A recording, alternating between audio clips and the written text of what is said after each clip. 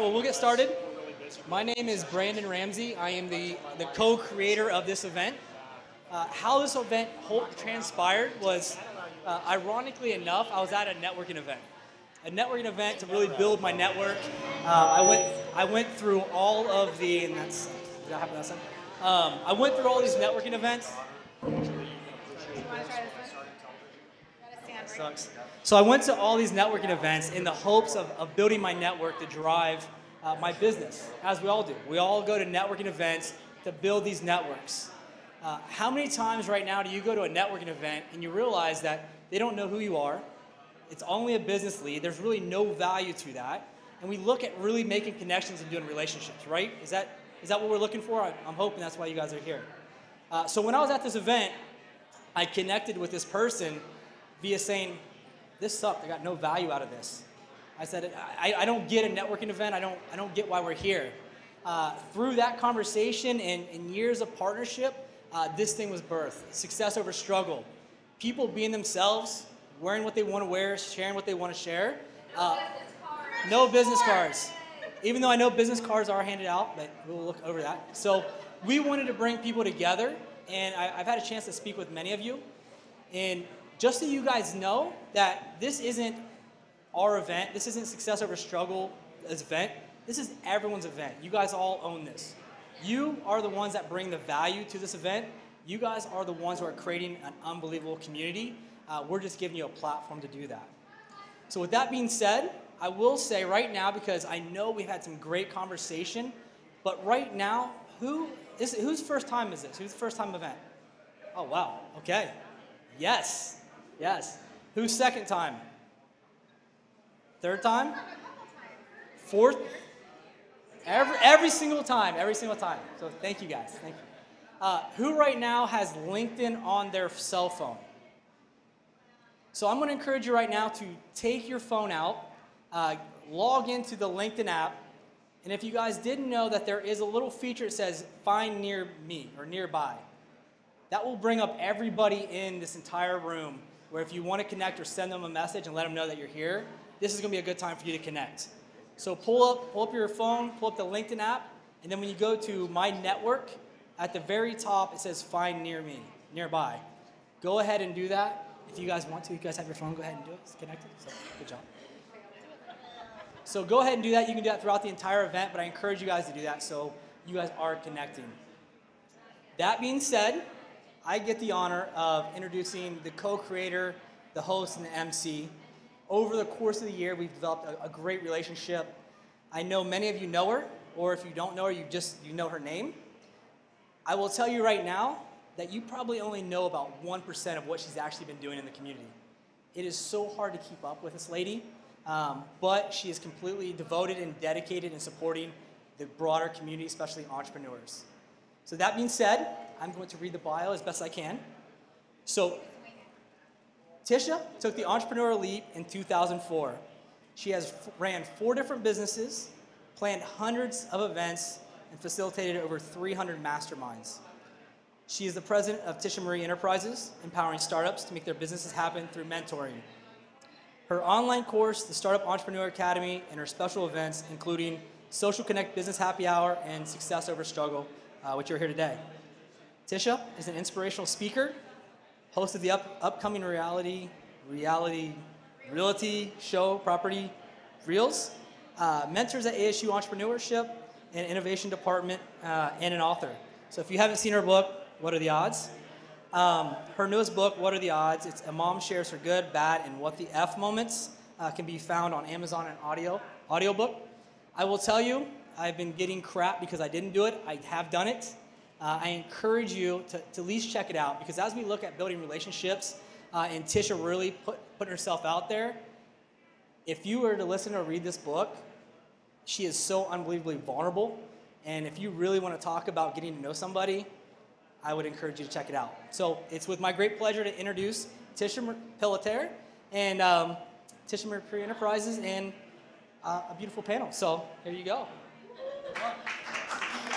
Thank you. Ooh, it's loud. Thank you, Brandon.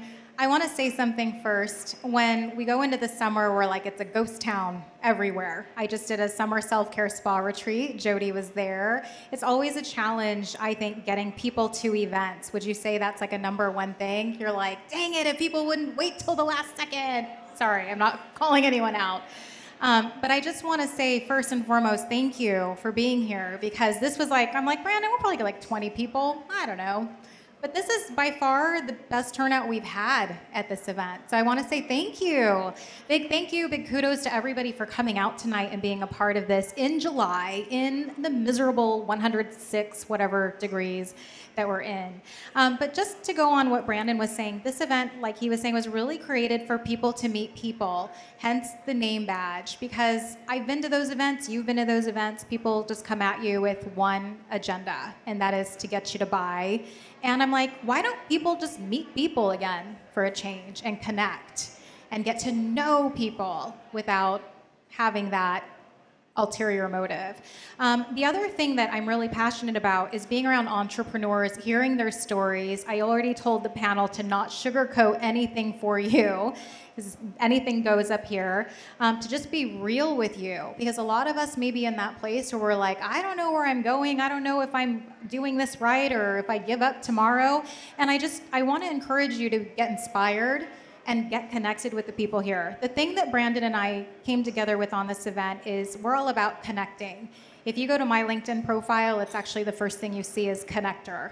Because I love when people say, who do you know that does this? I'm like, awesome, I can refer you to a bunch of people that do that.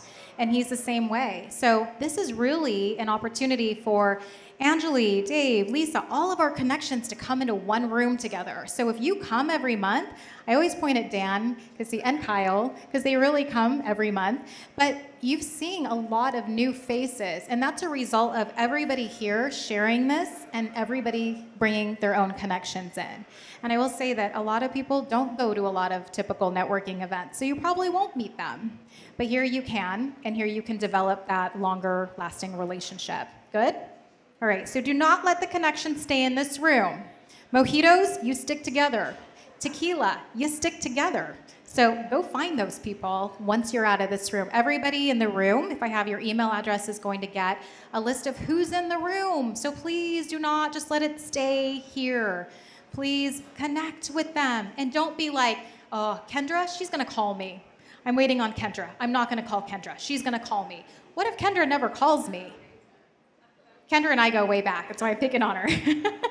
But don't be that person that's waiting for the other person. Like, take the initiative and start making the connection. I took Brandon out for coffee. I was like, coffee? Yes? Good. I initiated that. I think I initiated that. So you guys take that initiative. I think that's one of the biggest mistakes I see in business, is that a lot of us will let it stop tonight. And I encourage you not to do that. So, all right, I get so excited about the panel. I get to meet these people, before we go on, and I love everything they stand for. We always bring in some good connections for you to make, and like I said, anything goes, so I'm gonna ask them some hard questions. And then if you have questions as well as we are moving along, then please ask as well. But Anjuli I met through LinkedIn, actually through a LinkedIn connection through LinkedIn. And when we spoke, I was like, I love everything about you, what you're doing. So she is, let me go ahead and read her bio. Sorry, this is live, by the way. She is the CEO and co-founder of Babe Council. She's a serial entrepreneur and passionate about, a passionate advocate for women and girls. She's a social impact startup that educates and empowers women to be more civic and community-minded through social activism and altruism. The former co-founder of Sparkle School, a web-based emotional intelligence and self-awareness curriculum and community for women. Her background includes more than a decade of experience in branding, strategy, and product development. If you guys have an opportunity, check out her Instagram. You're like, who is this chick? This girl has no fear. She puts everything out there. She's like, I don't give a shit what you think. And that's why I'm like, I have to have you on this panel. Let's get you on the panel. All right, so I'm gonna ask a question. It'll be the same for everybody, but we'll start with Anjuli. The whole reason for success over struggle is because all of us know that it's not perfect, right? life's not perfect, business is not perfect. A lot of us are going to go through some different challenges, obstacles. Everyone has a story to tell. So I'd like to know from you, what is one challenge that you had to get through to get to where you are today? As my bio says, I am the former co-founder of a company called Sparkle School. It's an amazing organization. You should look it up. But Sparkle School, for me, my journey ended at the end of last year. It was the failure of a company that I thought was going to be my forever home. We had spent 3 years in product development. We had raised 2 rounds of funding. I had 4 other co-founders, and we were getting ready to launch when everything fell apart. And when that company failed, I basically was like, I'm never going to own another company again. I'm done. This was my 3rd startup, and I just really was questioning whether or not this is the path for me. You know, I have never wanted to be anything other than an entrepreneur, and the failure of that company really just knocked all the legs out from underneath me. So I decided that I was going to do nothing, and I sat in the darkest, deepest part of my entire life with no light. It was the first time that I'd never wanted to build anything. I just had no energy for anything. And I had an opportunity to visit the Cesar Chavez Memorial in California, and it was profoundly impactful for me for a couple of reasons. One is that my startup gave me the first inkling of the ability to help people change their lives, and that was something that I wasn't willing to let go of. And so even though I had nothing to give anyone, I kind of decided that I have a human body, and maybe someone can do something with that. So I started volunteering with Florence Crittenton, and they have become one of the most brilliant parts of my life, but they brought me out from the dark. I mean, it really was being able to be at service to other people that helped fill my cup back up and put that little spark of an ember back inside of me. And after a few months of working with FlowCrit, I decided that I was going to start another company. I was going to start another emotional intelligence curriculum company. I had a whole other way that I wanted to do it. This was my opportunity, but I didn't have any of the resources that I had with my last, and I was kind of really not sure if this was the right choice, but it was the only thing I could think of. And in the process of that, two of my best friends and I really just started this journey of like, how do we be better citizens? Like, the world is kind of crazy right now, and all of our girlfriends are talking about they want to give back and they want to be more informed, but they're not really sure how. And so we had been to the Women's March, and we got online and we saw, we've been to the march, now what? The first thing was political letter writing. So we decided that we were going to host an event for our friends, just to help them and kind of more help us. And that was our first Babe Council event. So from there, we started having people reach out to us and say, we want to join this thing. And a few months later, we had 500 women as a part of our Facebook group. And I remember sitting in a mentoring session at Galvanize and saying, I've got this company, this emotional intelligence company, like, this is the company that I'm sitting here to talk about starting, but I have this other thing. And I'm not really sure what it is, and I can't find any other company in the world like it, but it seems to be having traction without me even doing a single thing, and that was the genesis of Babe Council. I think the choice in the failure of Sparkle School for me really was about getting back on the horse, and I think in that moment I wasn't really sure if I had the grit. And if I had the energy. I started my first company when I was 19 years old, and to be honest with you, I was fucking tired. I was really tired. And I have had to work. I have another full-time job, so I spent 3 years in product dev while working and running an agency, and I was nothing. And the thing that brought me back to life was being able to be at service to other people. And that's the nugget of wisdom that came from my willing to kind of just put my body out there, even if my heart wasn't, and my heart caught up. And it is the reason why I'm sitting here in front of you. Thanks, Anjuli.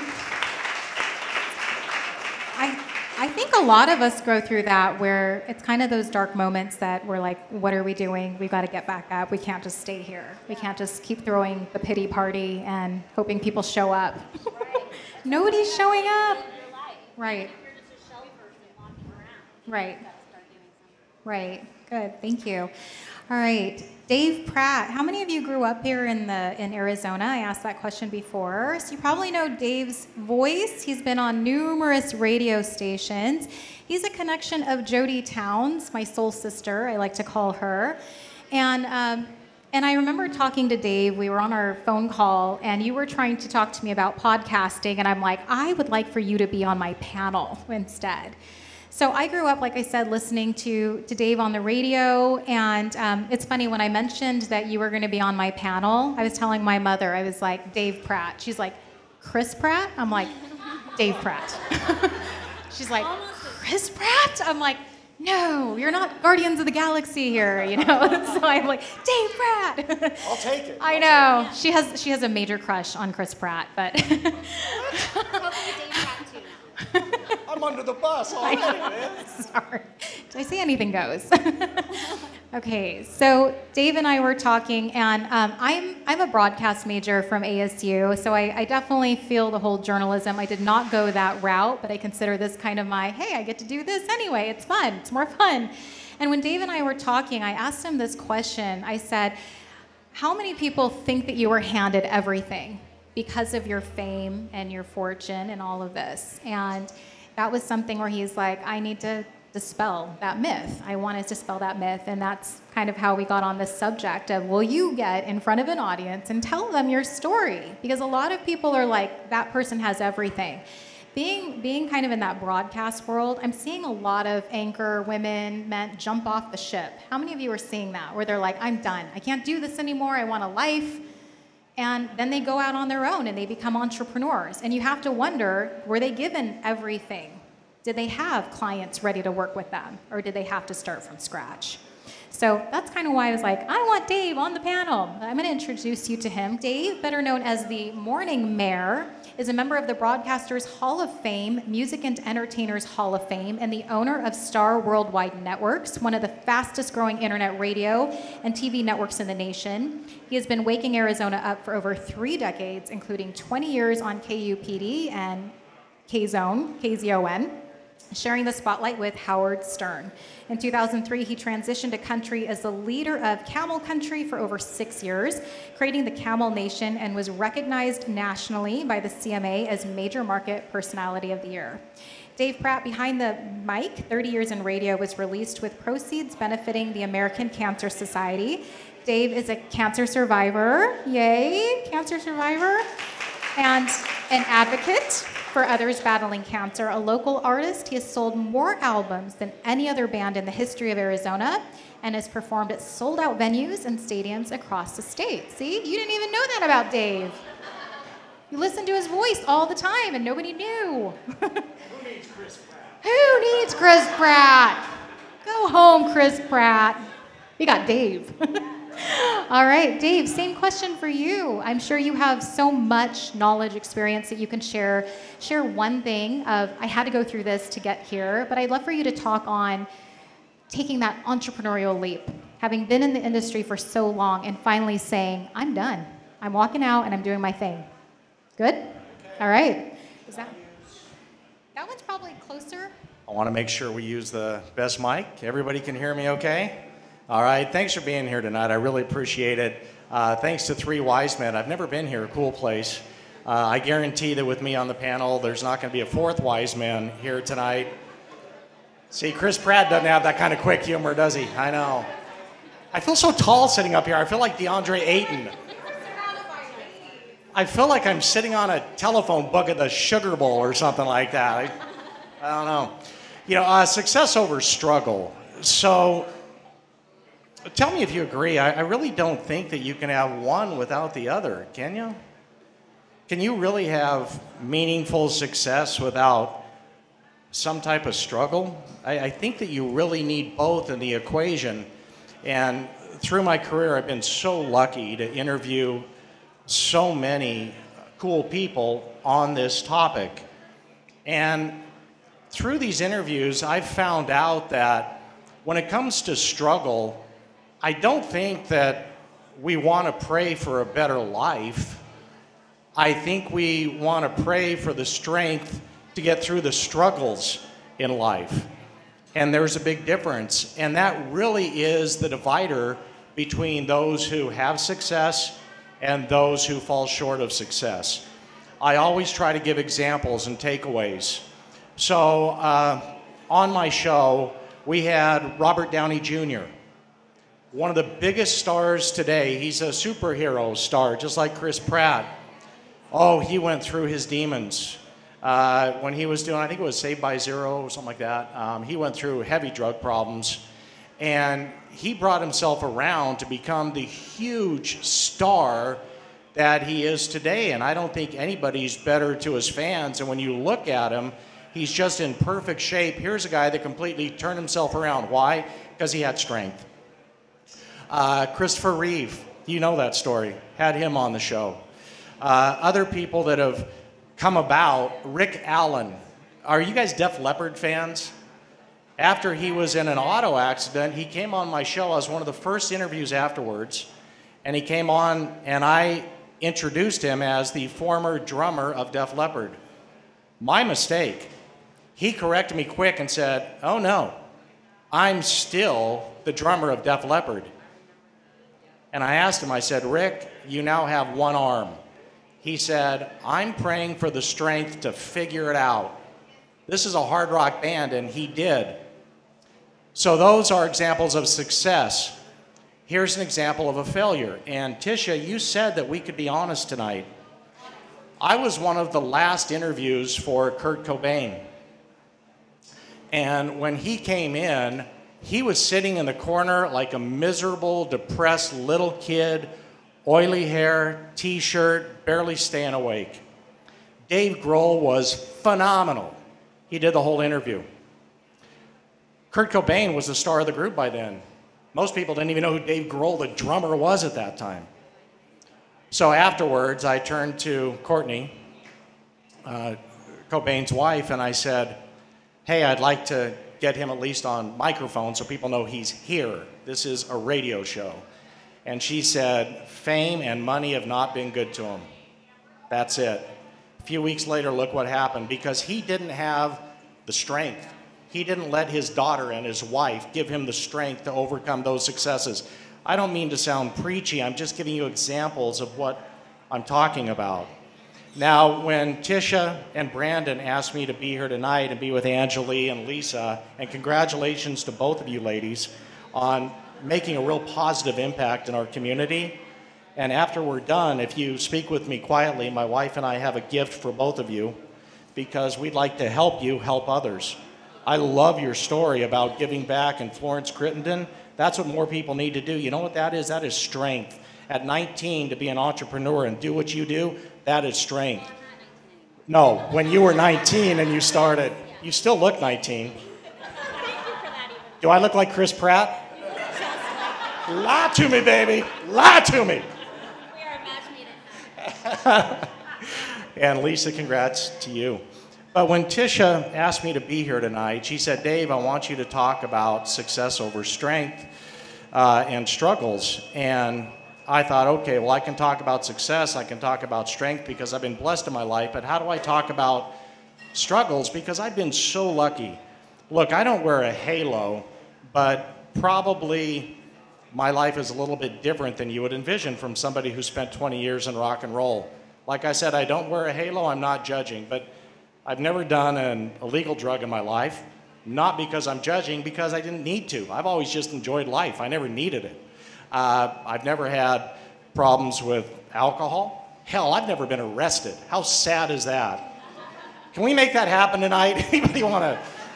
I've never been divorced. I've been married 30 years. I've never been seriously injured. I mean, hell, I've never been through a lot of the challenges that a lot of people that have been up here have been taught. I've never been fired. I'm 57 years old. I've never been fired. So I thought, what am I going to tell this group that have struggled and they've gone through their challenges? And then I thought, wait a minute, I have it. Because my biggest struggle was coming up with my own struggles so that I could succeed. Give you an example. In high school, my PE teacher said, Pratt, you're 6'2", you're 150 pounds, you're white and you can't jump. You're never going to play. 4 years I started in basketball, 4 years in baseball. Why? Because I was just stubborn enough to piss him off, right? My English teacher said, in my yearbook, she said, Dave, you're the worst student I ever had, but for some reason I like you. I went on to be a feature columnist in Arizona Highways, AZ Central, a best-selling autobiography, because she said I couldn't. When I started in radio, I was at ASU, Tisha, and my instructor, I'll never forget, he said, Dave, you don't have the attitude to be in radio. I said, really? A year later, I was on KUPD. A year after that, I had the morning show at 19 years old. And a year after that, Rolling Stone magazine named our show America's top morning show. Within 3 years. Why? Not because I was better than anybody. I certainly don't have more talent. I don't do impressions. I don't sing. It just pissed me off. I just wanted to prove somebody wrong. I thought it was fun. And then when I met my wife, she didn't know that she was going to be my wife, but she just dropped me. Just gorgeous. I've never wanted anything more in my life. And she told her best friend, he's obnoxious. I don't like his show. And is he even necessary? That's what she said. Within the year, I married her. 30 years now and 4 kids. On KUPD, as we went through, I was lucky enough to be there for 20 years because of you and Tisha and people that grew up listening. You were too young at Saguaro. No, I was. Really? Yeah. Okay.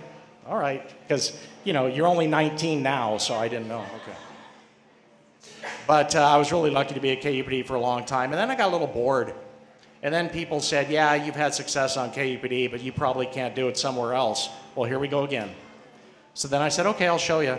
So I left KUPD, joined KZON. That became the highest rated rock station in the history of Arizona. No station's ever been rated higher than when Stern and I were both on KZON. Lasted for a year and a half. I had somebody tell me I couldn't sing. Had somebody tell me that I don't play an instrument, which is true. Had somebody tell me that I suck at music, and I do. So what did I do? I decided to start a band. And we did. We sold more albums than anybody in the history of Arizona. Local bands. I give Alice a hard time about that all the time. We were selling out coliseums. Ted Nugent was opening for us. Red Hot Chili Peppers opening for us. Guys, I don't sing. I don't have any musical ability. Dierks Bentley, right? Lived across the street from me, opened for us. I was just pissed. I wanted to do something. As we move on, I'm at KZON, and somebody said, all you can do is rock. I said, all right. So then I quit and I went country. And everybody's head spun. Within a year, we were the CMA Major Market Morning Show of the Year. Why? Again, it's not because I was better than anybody. It's just because I wanted to prove them wrong. Finally, in 2005, I was diagnosed with cancer. And do you remember what I said about we don't pray for a better life, we pray to have strength to get through life? 2005, the day I was diagnosed with cancer, was the greatest day of my life. Seriously. We celebrated. What? We celebrated because we caught it. Now, you can get down to the dumps and put your head in your beer and whine and cry and complain and let life pass you by, or you can do something about it. And we celebrated because we caught cancer. And ever since that day, I've appreciated every single day more in my life than I ever have before. The final thing before I turn it over to Lisa, as Tisha mentioned, we started our own network. In 2008, I was on top of the world, had the #1 morning show in town. We're being honest tonight, right? Making more money than anybody in the history of radio or television in Arizona. Life is good. 4 healthy kids, gorgeous wife, great friends like Mark Lewis, who's here tonight. Life couldn't be better until somebody said, you know, you're just going to be stuck in radio your whole life. I went, okay. So I quit radio, threw away the money, started my own network, an internet network. We started with 1 room on 69th Street in Camelback, that big iconic tower that's been there next to Neiman Marcus. Started with 1 room and 1 employee. My producer has been with me for 38 years, and I told him, I said, look, you have my word, if we have success, if we can monetize, otherwise it's a hobby. If you guys have a business and you haven't monetized, you don't have business, it's a hobby. You have to monetize to have a business. I said, if we monetize, you have my word. I'm not gonna just put it in my pocket. I'm gonna reinvest in like Lay's potato chips, we're gonna make more. We made another studio, another studio, another studio. Today, we have 156 shows. And for inspiration, I look back to the newspaper in December of 2010. I was on the front page, and they were trying to tell a joke. And the punchline was on the second page. The setup of the joke was on the first page, and it said, what do Dave Pratt and 2010 have in common? And the punchline was, they'll both be gone by 2011. That writer is now gone.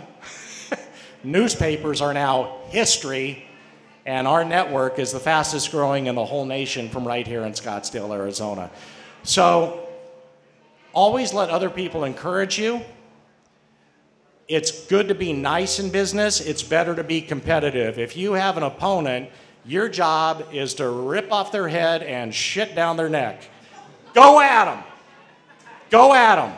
No mercy. Be nice when you're done. You can't run with the big dogs if you pee like a puppy. Get out there, have some confidence, and go for it, and let success overcome your struggles. Thank you. Thank you. So what did you guys get from that? I got, don't piss like a puppy. Johnny, soundbite? Did you like that one? There are a few in there. Okay, all right. So Lisa Glenn Noble, she's the executive director of the CO+HOOTS Foundation here in Phoenix. And I had the pleasure of meeting Lisa. We did a quick vignette not too long ago where she said that when you're faced with a challenge, you just need to ask for help. Ask for help. How many of us don't ask for help? So I spoke at the CO+HOOTS Foundation not too long ago. You and I never officially met. Yeah, I was gone that day. No.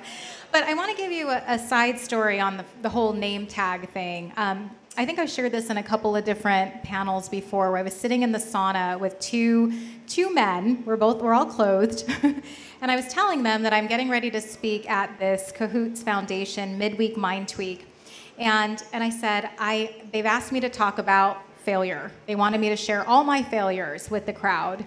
And so they had these name tags. And actually, I walked in with that name tag saying that I was a complete failure. That's how I introduced myself. And that's actually what got people talking, because I was finally honest and said, I suck. I failed at this. So I'm going to talk about failure with you. And that's what I talked about. And so I'm happy to have Lisa here. And some of you know that we have the 50-50 raffle going on tonight is benefiting the CO+HOOTS Foundation. I've been sharing, Alejandro back there and Carlos have been saying too, that you get cashed out twice.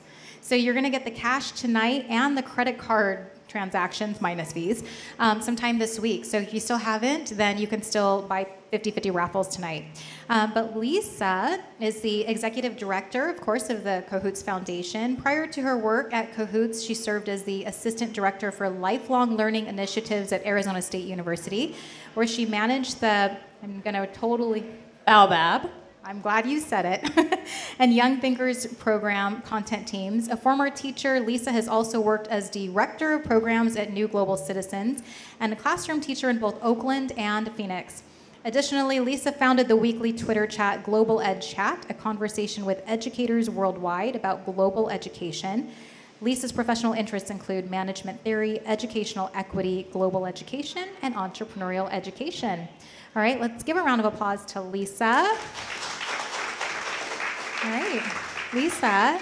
So kind of the same question for you too, of a challenge that you've overcome. And I know we talked about this, so we've kind of talked a little bit about some of the questions of when people say you can't, you do it anyway, right? So I'd like to hear from you on some of the challenges that you face as executive director or trying to get your message out there, because I know it can be challenging. Sure. So in thinking about, what I was here for tonight, I'm not an entrepreneur. Let me just throw that out there. I'm kind of dabbling in it at the moment. And the reason that I'm here is that, as it turns out, directing a nonprofit when you're the only employee is a hell of a lot like starting a business. It's really lonely. No one's there to schedule your tweets or to schedule the conference room. There isn't always a conference room. There is a few office out of COHOOTS, so I'm kind of lucky about that. And you just get what I like to refer to as a case of the holy shits a lot. And if I had to think about the one thing that sort of brought me to where I am today, the honest answer is I'm still there. And so, when we think about failure, this comes up with our entrepreneur clients a lot. The number one thing that they say is so hard about being an entrepreneur is nobody talks about how hard it is. Nobody talks about how lonely it is. Nobody talks about how much you fail. Nobody talks about how bad you feel on a quasi-regular basis that something isn't working right. And that most of that is because you've imposed a standard on yourself, right? So when I think about failure, I am a first child in a family of 3 kids. I was the oldest by a pretty long shot, and so I clearly remember changing diapers, doing laundry, etc. I'm a really responsible person. Okay, then I moved to Phoenix through Teach for America. If anybody knows what that is, they train you to be a teacher in 6 weeks. It's effing crazy. I walked into a classroom in East Phoenix and I had 45 6th graders, none of whom were at their reading level, most of whom were several grade levels behind. I literally could not line them up in the hallway. So in 6th grade, you're supposed to line up, right? We'd have 2 lines, girls and boys, not because I believe in segregation of girls and boys, but because they physically would span the entire length of the hallway if they lined up.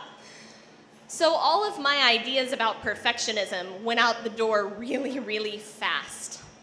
The problem is I really hung on to that, right? I like being perfect. I like being good at things. I really, really like it. There's nothing wrong with that, right? And so I just would get days where I had a massive case of the holy shits. And I don't know if you've ever experienced this, but it looks something like calling into work and saying, I'm sick today because the truth is I really just couldn't totally get out of bed because there's a pit in my stomach about not being sure that I am the right person for the job and not being 100% certain that I know what to do. What if this person that you've hired doesn't know what she's doing, right? And no amount of somebody saying, you know what you're doing, makes a difference. Some people call it perfectionism. Some people call it like generalized anxiety disorder. Probably accurate. But we all get it. We all get those moments where we think like, oh my God, what if I don't know what I'm doing? And I would be telling a huge lie up here if I said like, I've gotten through that.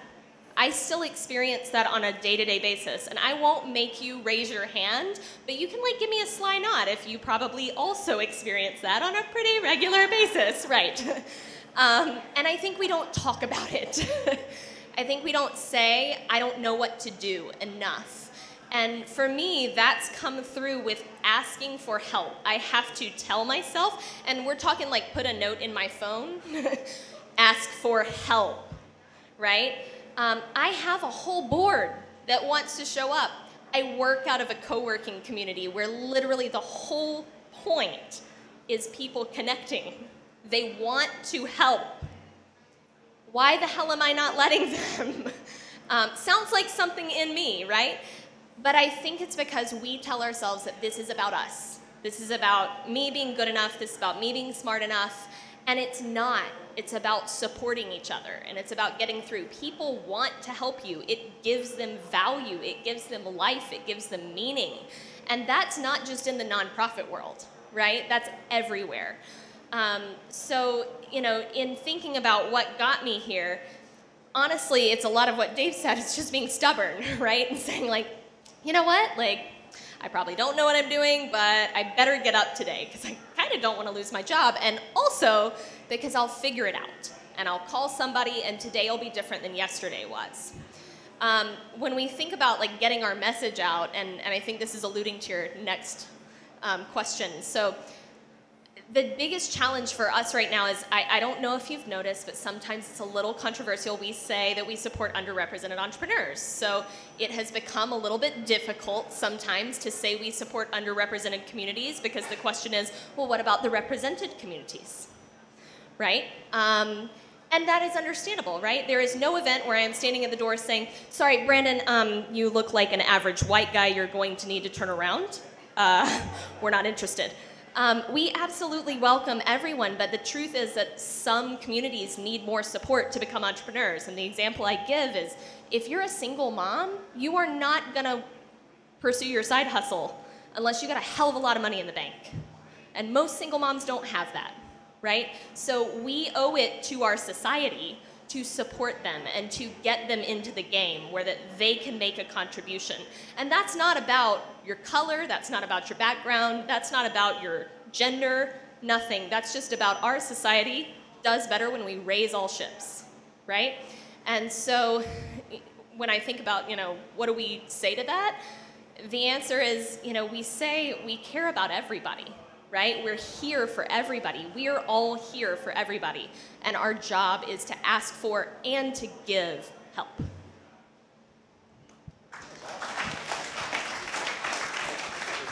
Thank you. All right. Well, I know we're kind of getting short on time, so I just want to wrap this up by saying thank you. Thank you, Anjuli, Dave, and Lisa. What do you guys think? Good panel? We got a lot of sound bites. Johnny? Okay. Yes. Oh, so group shot. Brandon wasn't here. He ditched me for Galvanize. Sorry, Brandon. Last month. So I would like to do a group shot by the tree right here. If anybody's interested, ready to do that. And then, so some of you are asking about the summer treat. So every month we changed the question. It was kind of funny. We had one person come in and the question was so different. But the first time it was like, name something about you, something descriptive. And so he came in on the second question and he's like, sexy socks. It just made me laugh because the question had nothing to do with that. It was, what was your first job? I'm like, what is that? So anyway, so summer treat was the question today. I put fudgesicle. It is not my favorite summer treat, margaritas. You guys have been seeing me like gulp that down like crazy. But I do have popsicles for everybody if you would like one at the bar. Some of you mentioned bomb pops. Some of you mentioned, bomb pops. We got a couple bomb pops, fudgesicles, who was it? Brandy, Kevin. He's like, call me Brandy. He's like, isn't a fudgesicle like that brown piece of ice supposed to taste like fudge? I'm like, at 40 calories, it's good. So help yourself. They're behind the bar. You just have to ask the bartender. So real quick, couple of announcements. Next month, we're hosting this again, August 15th. Jody Towns is in the house. She's on my panel, along with Mario Bain. He is the president founder of Career Concepts for Youth. And then we've got Jarrett Ransom. So if you are in the nonprofit arena, she's a great person to know. She has the Ray-Ban Group, has won several awards, has helped numerous nonprofits get the funding that they need. And so August 15th, we'll go ahead and add the registration for that. But I want to thank everybody for coming tonight. And everybody enjoy a popsicle on the house. And yes, group shot when you're ready. But thanks so much for coming. It was great to have you guys here.